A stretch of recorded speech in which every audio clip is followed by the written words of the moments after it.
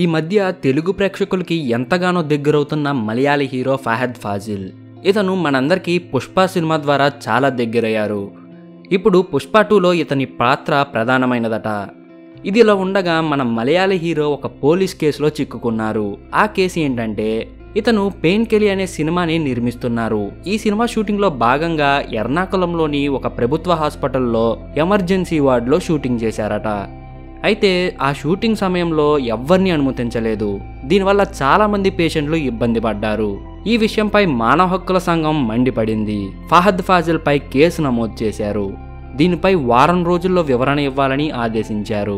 అలా గవర్నమెంట్ హాస్పిటల్స్లో emergency వార్డ్స్లో షూటింగ్స్కి permission ఇచ్చిన వారిని అనాలి. దీనిపై అసలు మీ అభిప్రాయం ఏంటన్నది కామెంట్ సెక్షన్లో తెలియజేయండి.